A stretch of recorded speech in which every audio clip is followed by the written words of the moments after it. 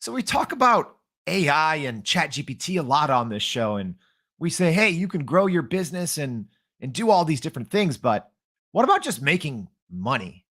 What about using ChatGPT and AI for e-commerce? We haven't talked about it yet, so we're going to talk about that today on Everyday AI. Good morning, good afternoon, good evening, depending on where you're joining from.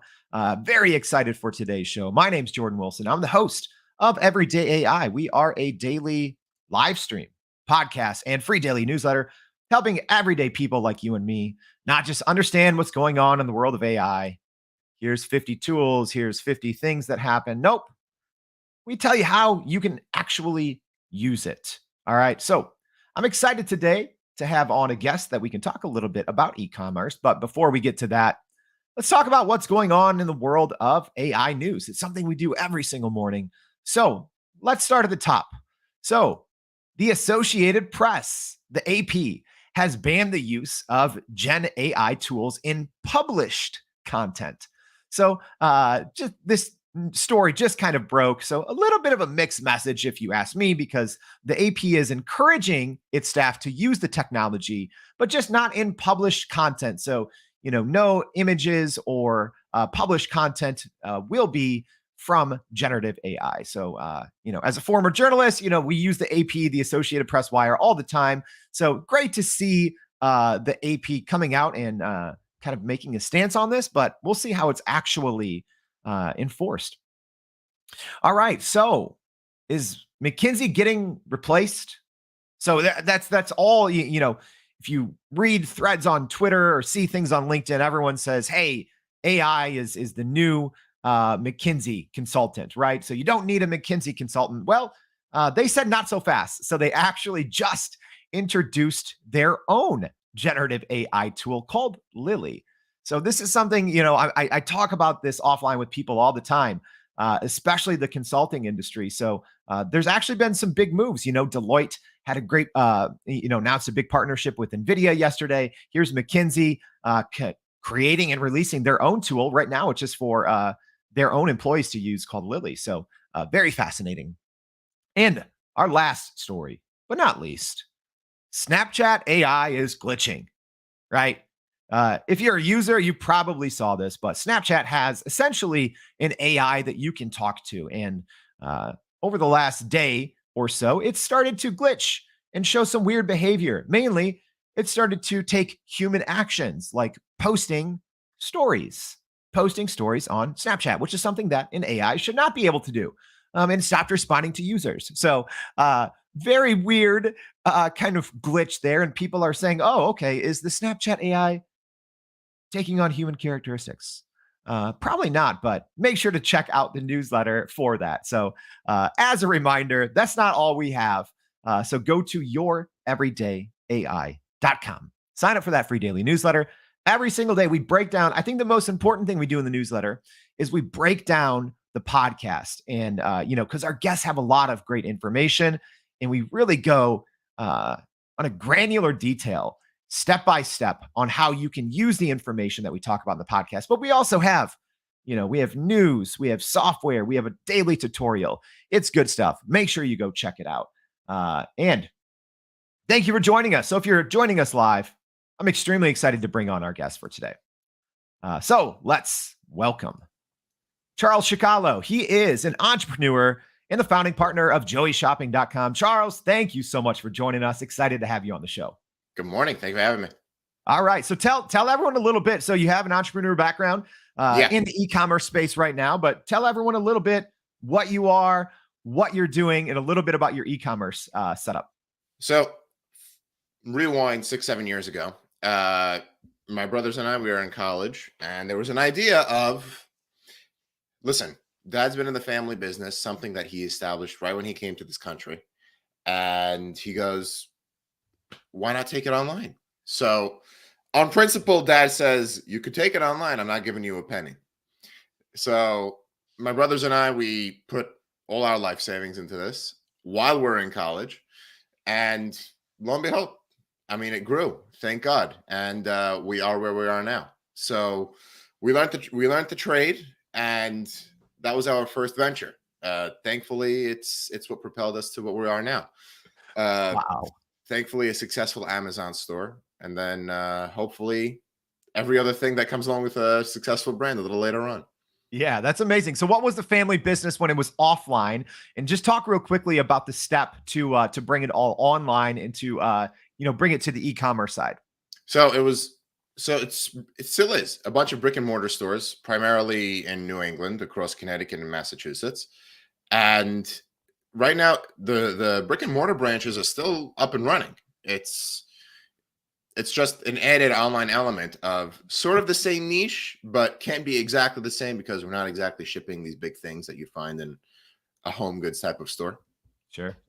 So that's that. That's it. Those stores are still going. They're going strong.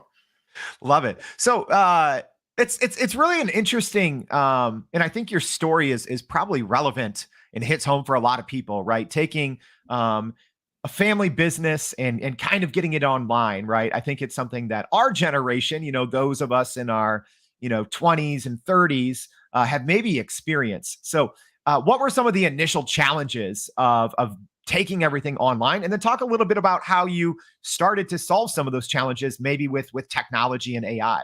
Well, so we really bootstrapped it. It was the type of business we started by, we didn't turn on the heat. We just packed on extra layers of clothing. And those challenges were really customer service and getting those packages out. By that, I mean logistical things. We began with resale. So let's say we literally went up and down the East Coast once or twice a week, up to maybe higher than Vermont. And we bought light bulbs from the Dollar Tree. So we ended up selling them on eBay. What would have made everything so much simpler if we just plugged in an AI and they said, hey, here's what's available in store and here's the profit you can make. We literally had employees at the time. I didn't know enough to think of a VA researching a bunch of different products we had access to and could make a profit on.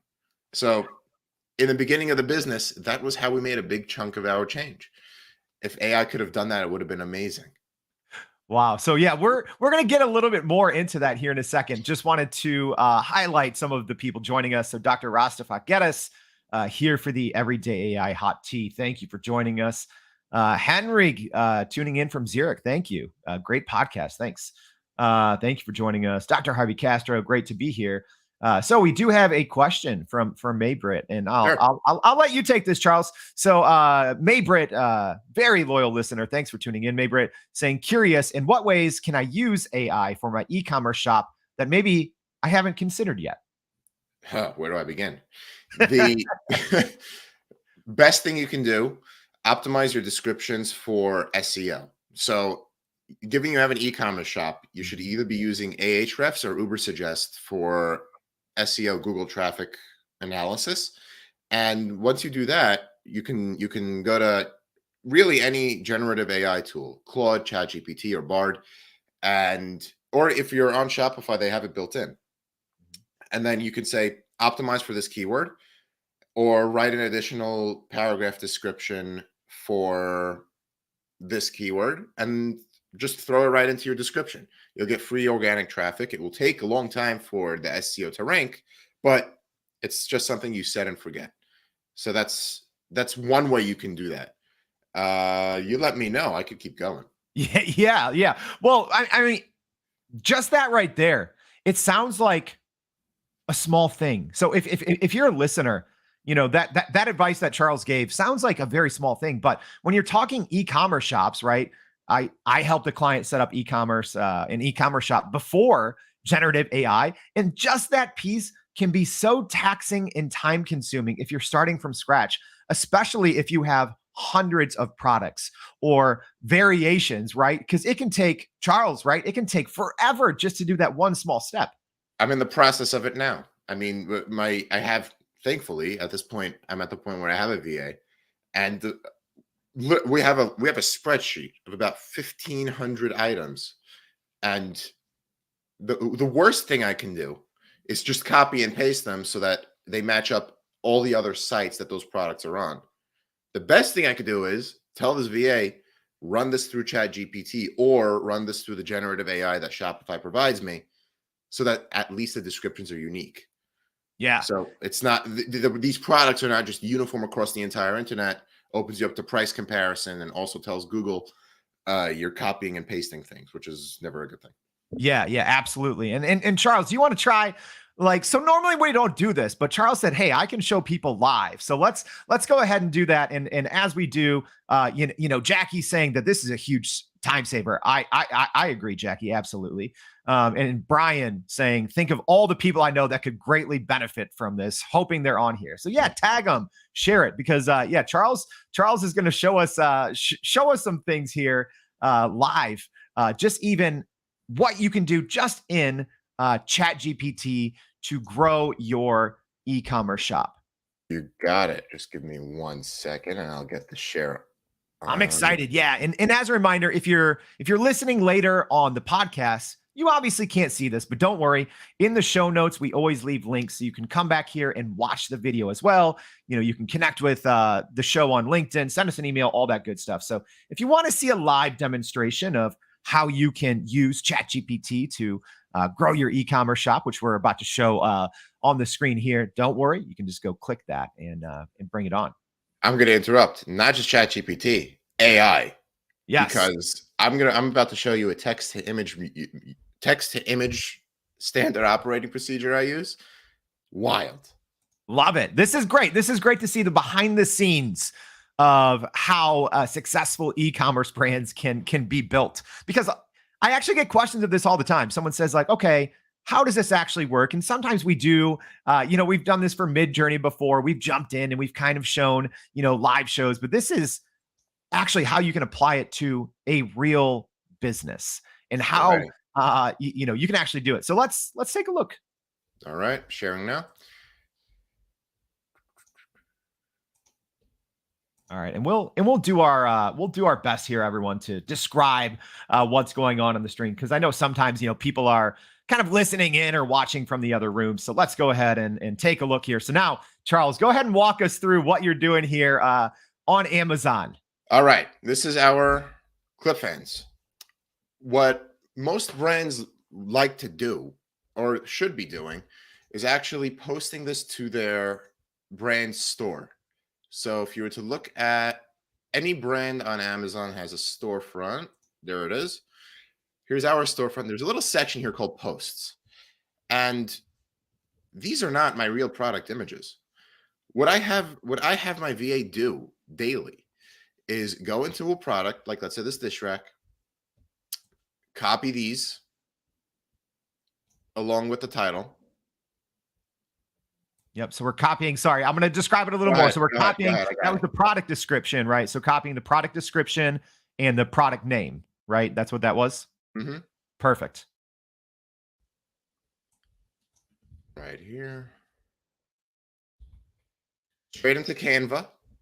Text to image app, which is free and included with your description. Create my image. While that's running, they go over into ChatGPT saying, give me a 300 character description of whatever you're generating. Wow. Here we go. This one looks pretty good. It's not an exact image, but it speaks to the lifestyle of my product. Yeah. ChatGPT will give me a description. Lo and behold, if you go into my store, posts, post on post, all AI generated. I don't have to spend money in creative. I don't have to spend money sending it to a photographer, shipping the product, etc. Yeah. The best part about it, so you see, it's made both relatable. I purposely put in his prompts to put in some emojis. Amazon goes ahead and applies their tags to it via AI. They feature these posts all throughout the app. Mm-hmm. On the Amazon app, they feature these posts sometimes even on competitors' listings. And look at the bottom. You can actually put in your products you'll get free clicks to your products. Yeah. Free the way it's supposed to work is you pay advertising money for even features and clicks to your products. This is for free. Wow. Wow. So like literally what I just said, Brownwind just said as well, saying, wow, absolutely amazing. So I have a couple follow-up questions, Charles, and hopefully something, that our podcast audience can visualize this a little bit. So you took a product title and product description. Obviously you have the product first, right? You have the product. You then use AI to help you write those product descriptions. Yep. Correct. And then you take the descriptions that AI helped you write, you bring it into Canva's AI image generator and go from there, right? So that's our process so far. That's right. That's right. If you want to go even further on it, when you said I use AI to write my descriptions, so there are two research tools out there, Jungle Scout and Helium 10. I find that Jungle Scout is actually the much better tool out there. Let's see how I want to see or show you how it really works for us. Just give me a second. I don't want any sensitive info to get out there. No, that makes sense. I do have one question as you're bringing that up, Charles. So I guess one thing, if anyone's used AI image generators before, and as we kind of saw in your example, maybe one or two of those were accurate out of the 4 that Canva AI gave you. What steps can you recommend to those people listening and watching out there that try this and maybe it's not the most accurate, right? So maybe if someone does have an e-commerce shop and it's, the wrong shape or the wrong size of the actual product. So how do you ensure, that you can get these AI images generator that accurately reflect the product? Is it just a lot of tinkering and back and forth and updating the prompts to make sure that it actually reflects the product that people would be receiving? So it's funny. If you're having a problem with that AI, the answer is more AI. You can actually ask ChatGPT to write you a prompt text to image for a dish rack, run it through Canva, see the problems that Canva has, go back to ChatGPT and say, hey, my results came out with a blurred background. It's in the middle of a grass yard and I need it to be in the middle of a kitchen. Rewrite the prompt to fix these errors. ChatGPT will redo the prompt to fix those errors. In addition to that, you can always add in another sentence or two to do it yourself. But using more AI is just more fun. Yeah, I love it. And if you're listening on the podcast, I'm smiling because I get this, right? Like what Charles said, I've done this so many times as well. We teach kind of a prompting course and I tell people this as well, have split screens, so you can go back and forth and use one AI to help improve the other. So a couple questions here, Charles. So Monica's asking, when did you start using AI for your e-commerce shop? Ooh, the second it came out, sort of like, in November. When was the whole craze? I guess right in November was the whole craze with ChatGPT. And I mean, from a little boy, I was very into technology. I was installing Jumpstart on my computers at like the age of 3 and 4. So I jumped on this like crazy. Immediately educated myself. YouTubed it like as much as I could.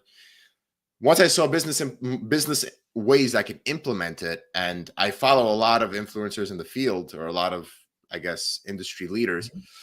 They didn't hold back by putting out content for you putting it into e-commerce.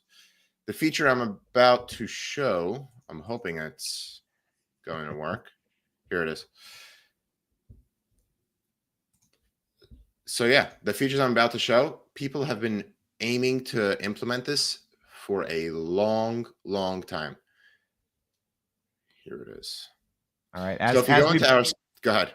Oh no, I was saying as we bring this up, hey, you have a fan here. Someone says you're number 1, Charles. Jackie saying she's loving this stuff. A question here as you share your next screen, Mark, asking, do you get many refunds if the image is not 100% accurate? Are you getting a lot of refunds there?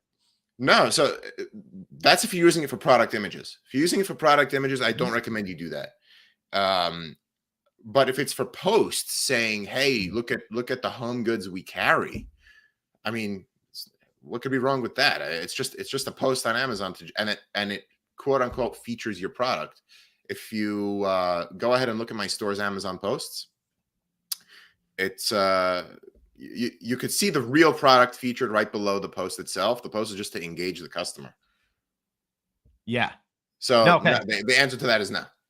Okay. So just to clarify, the images that you're using, that's just for what you were showing on your screen earlier. That's the Amazon Post feature.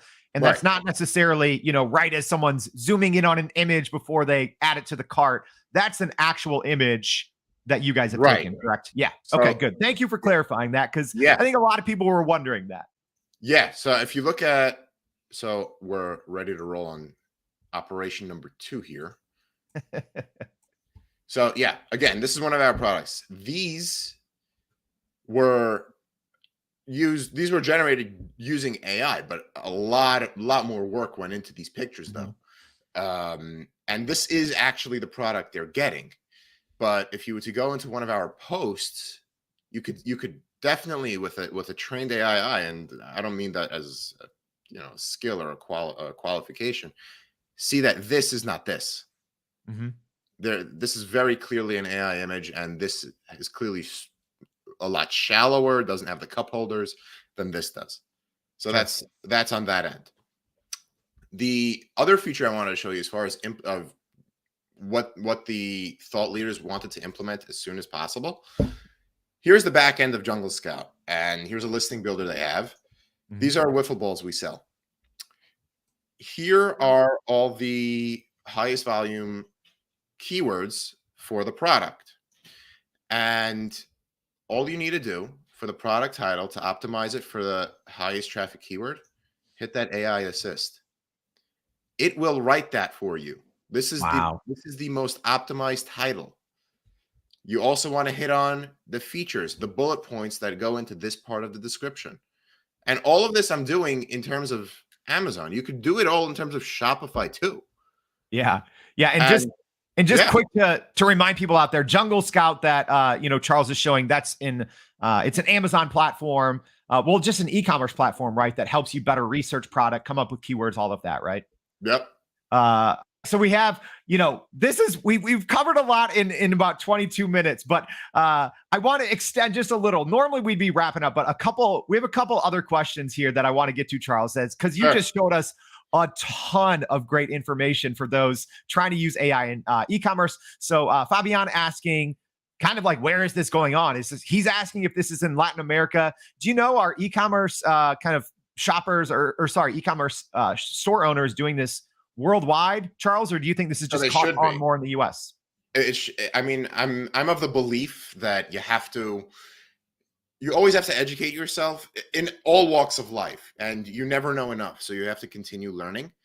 So they should be, because this is not anything novel. This is something that anyone that's been around in the e-commerce world is implementing. Specifically in Latin America, with ChatGPT releasing their multilingual features about 2 weeks ago, people are translating their sites into different languages. People are translating their product packaging to the language of that country, which is in most cases a requirement. So that expands the reach of their products. People are even looking to, they're going onto marketplaces, making another product page entirely in Spanish and listing it on an English website. If I told you the traffic they were getting just because of Spanish speakers in English countries. Yeah, that's amazing. That's such a great use too, because I even remember being an old school web designer, web developer myself, having to manually do that and manually install other languages into a website. So the fact that you can do it all now in ChatGPT is pretty amazing. Michael, thanks for joining us, has a question here for Charles, asking, so the question would be moot, but can you do this without having your own product? Like, can I just blog about products on Amazon and use AI generated photos. What's your take on that, Charles? So definitely, if you want to put a hero image on top of your article, or feature it to on your thumbnail to get more exposure on your blog, absolutely. And then you can use AI to optimize your blog content for higher SEO traffic and higher relevance. Yeah. And I think, okay, one more from Jackie here. I think you answered this inadvertently, but asking, can AI help generate the real store image? Definitely. I mean, just as it did. If you go to my clip fans, it did, and I frequently do use it. It just requires a lot more human involvement and a lot more touch ups from the human end. Right. Just as really any AI generation does. It's just that, let's say for the posts, we don't really need that human touch as much, but all AI does need that human touch at the end just to make it a little more genuine and relatable to the end consumer. Yeah, 100%. Because if you are using it as the real store image, Charles, right, you have to make sure every single aspect of it is reflective of how it is in real life. Because then otherwise, correct, you would run the risk of a lot of people saying like, oh, this is bigger, this is smaller, this piece isn't the right color, right? You'd run into a lot of that. Right. And yeah, go ahead. Oh no, yeah. So here, I think we have our last question here. So Dr. Sarang asking which AI tools you have used and could you rank them based on benefits and limitations? Great question. Yeah, because there's a lot of AI. Even just in this short conversation, you've already mentioned 4 or 5 of them. So what's your take? Listen, Doc, a bunch. AI is all around. So I think what you mean AI specific tools, something like generative AI is what I really found it on. ChatGPT, Canva are really generative AI things. AI as a bigger picture could be the YouTube recommendations, Google search results, even the predictive text in your Google Docs or Gmail. So my favorite generative AI would be, I think, Claude. If you guys look into it, it's called Claude.ai, because I can upload a document, a PDF, and have it go through it, say summarize this into 10 points, and it will do that. I can upload a contract saying find a loophole. That's my favorite generative AI thing that I can actually interact with. ChatGPT also has these features, but that's my favorite generative one. For the sake of time, I think I'll pause. Oh, I love it. We went over a lot. Yeah, throwing Cloud up on the screen here too. So Charles, thank you so much for joining the show. And he just dropped a lot of great information for e-commerce shop owners, or if you're just curious about getting into it. So if you didn't catch everything, don't worry.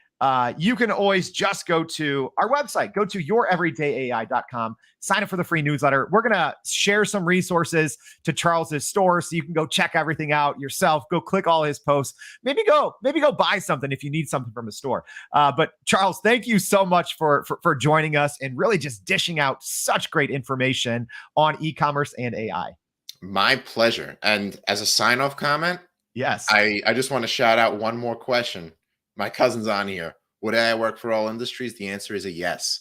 This is the general concept of AI, how you can implement it. The possibilities are endless. What I just showed you is things that I knew AI could do and show a real world product, a real world profit. So just think of different ways it can work. Very little of this was my own idea generation. So it works great.